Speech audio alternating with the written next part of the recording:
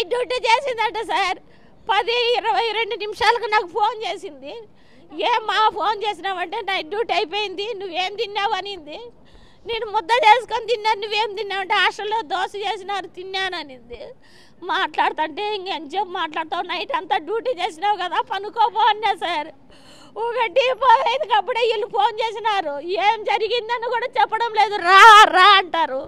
మా పేరెంట్స్ వస్తే హలో చేయనీలేదంట లోపలికి. మీరు హలో చేయలేదు కదా, మీరు తప్పు చేయింది, మా వాళ్ళు ఎందుకు రానిరు లోపలికి, మీరు లోపలికే హలో చేయనీలేదంట. ఏమైంది మేడం ఫోన్ చేసినారు మా దివ్యకి, ఏమైంది అంటే ఎవరు చెప్పలే. కాళ్ళు పట్టుకుంటానన్నా సార్, సమాధానం చెప్పలేదు.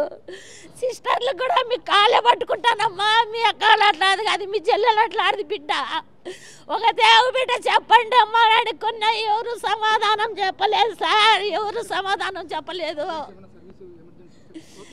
ఎవరు సమాధానం చెప్పలేదు. ఒకరి మీద ఒకరు పెట్టుకుంటున్నారు.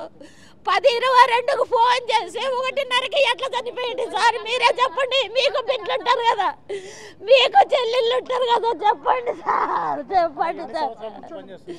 5-6 ఏళ్ళు ఇక్కడే డ్యూటీ చేస్తుంది సార్. 10 చెల్లెలా చూడండి సార్. 10:22 ఫోన్ చేసింది.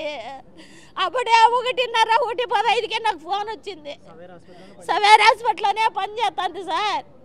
ఈడ నర్సింగ్ చేస్తుంది, ఈ హాస్పిటల్లోనే ఉంది సార్. నిన్న మొన్న వచ్చినాయేమో కాదు, 5-6 ఏళ్ళింటి చూస్తుంది. 100 వచ్చి చుట్టుకున్నారు. మా పేరెంట్స్ వస్తే హలో చేయనీలేదంట. 1 గంట కూర్చోండి అన్నారంట, 1 గంట కూర్చొని పెట్టారంట, వాళ్ళతో కూడా రానిలేదంట.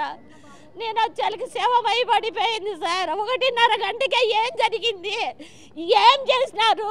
మా బిడ్డనే కట్టింగ్ ఎవరి బిడ్డలకు కూడా ఇదే జరుగుతుంది కదా. న్యాయం చేయండి సార్, న్యాయం చేయండి, లేకుంటే మేము ఏదైనా తాగి చచ్చిపోతాం.